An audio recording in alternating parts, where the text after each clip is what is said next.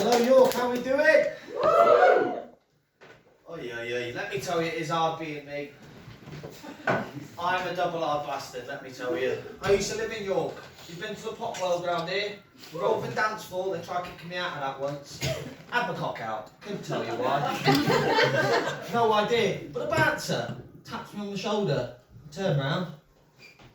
He goes, "You've got to leave, sir." Do you know what I did? One punch, knocked him out. Then another bouncer, when I'm spinning round, taps me on the shoulder again, knocked him out. Then as I get round the dance floor, I'm just knocking them all out.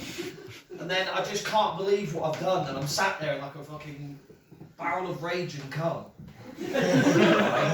But stay with me there, yeah, stay with me, right? Because I can't help being this hard. Sometimes when I look down at my dick, it's just a clenched fist. Right? I'm so hard that sometimes my girlfriend's like, "Billy, will you treat me like a woman and stroke my hair?" And I can't do it. You cannot stroke a hair just with clenched fists. My dad taught me how to hate before he taught me how to love. Every time I make a fucking sandwich, it's a knuckle sandwich. That's how fire, motherfucker. No, actually, despite appearances, I'm actually quite a soft guy. The reason I've got a bent nose is because I have cleft lip, do you know what I mean? But, do you know what I mean? I'll take the advantage, do you know what I mean? Sometimes when people want to fuck around me or whatever, I look at them and they go, "He looks like he's got a lot of experience being punched around," so I'm not believe that. But hey, it just got a facial deformity, bro, I'll take it. A few of you will know, a lot of you fucking obviously won't. I nearly died at Christmas. It was a really scary time. And it means two things, really.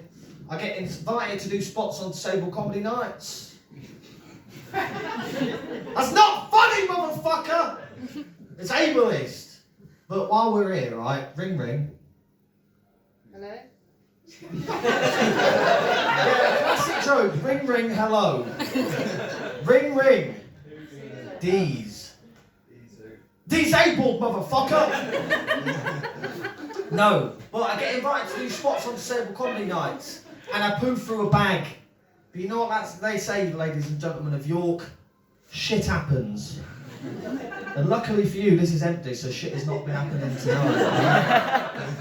It was a scary time. I just thought I was constipated. If you've got a pain in your stomach, do not brush it off. Go to the toilet. Not go to the toilet. I tried.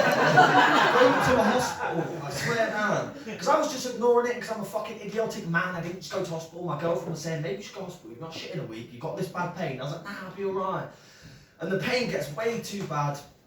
They cart me off to the ambulance, into the ambulance to hospital, right? And they're doing these tests on me. The first thing, because I said I'm constipated, I've not been for a poo for a while. They start like fucking pumping litres and litres of water up my arse, right? It felt fucking amazing. The only thing is, nothing was coming. Apart from me.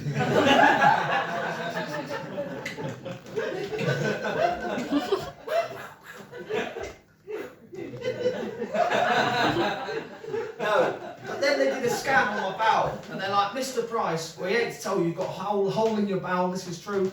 It's leaking all the blood, piss and shit into your fucking innards."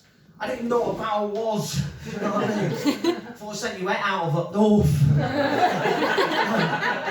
what I mean? I was confused, they're like, "We've got to operate on you," and do you know what I mean? There's no punchline there, they just had to do that.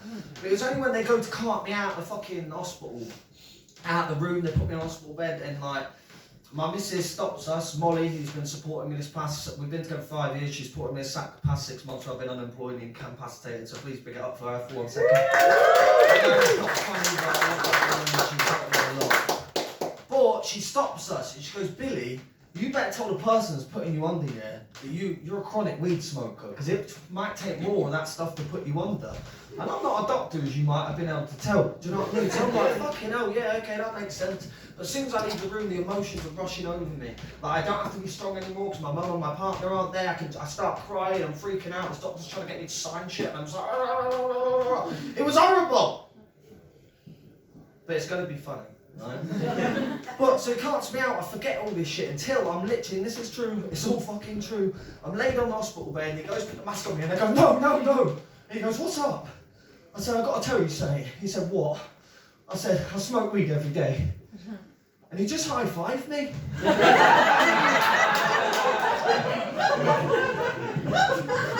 So worth nearly dying for! really have much material to judge. Maybe die, but you get 5 minutes. I'm gutted Isabel's mum in here tonight. She's a straight shooter, right? And she'd always be like, Billy, like, you've got nice eyes, you're a good guy, you don't need to be being so rude saying fuck kids. And like, do you know what I mean? Your mum would have loved this, Isabel. I'm heartbroken. But I digress, right? My dad was 3 things.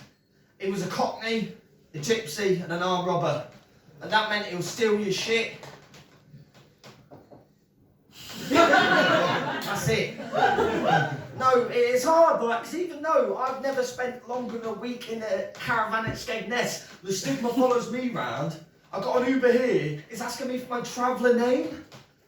Like I have a fucking traveller name. I mean, I do. It's Paddy O'Bear Knuckles, that's it. No, it's okay, you can laugh at that, do you know what I mean? Come up here and say anything about any other minority, you get fucking lynched, but laugh about gypsies all you want, guys. The unrecognised minority. Stop laughing!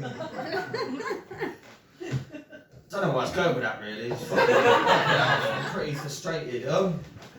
My dad he wasn't the fucking worst man in the world, but he was not the fucking best. All I can say to sum it up for you is if this guy was born, do you know what I mean, if my dad was a millennial, even his fleshlight would have had a black eye. Oh.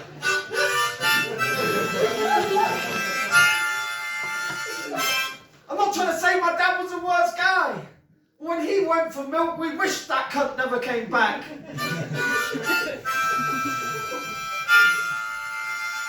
You're losing them with a harmonica, Billy.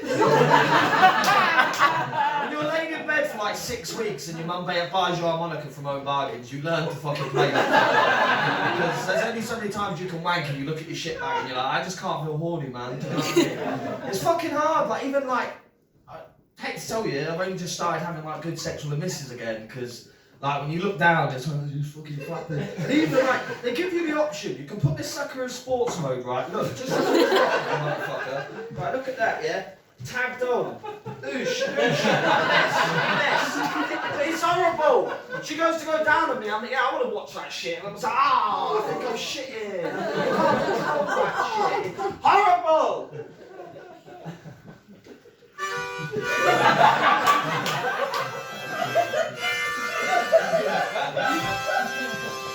Have you ever had shit while you're getting your dick sucked? I have, it is not fucking nice.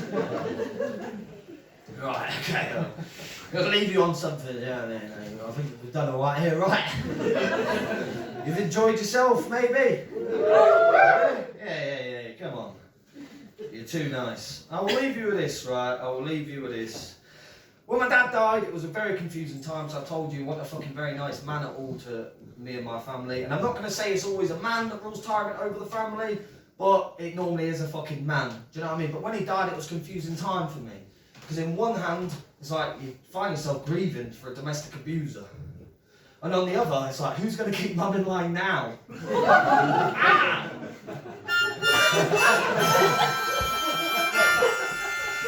No, I'm very close to my mum and I hate making them kind of jokes. I do understand it comes off like you're punching down on the woman that fucking, do you know what I mean, went through it.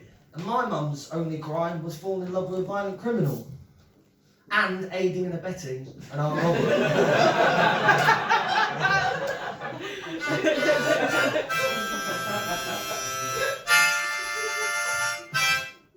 And if you're offended by anything I've said, you can buy me a drink upstairs. Thank you.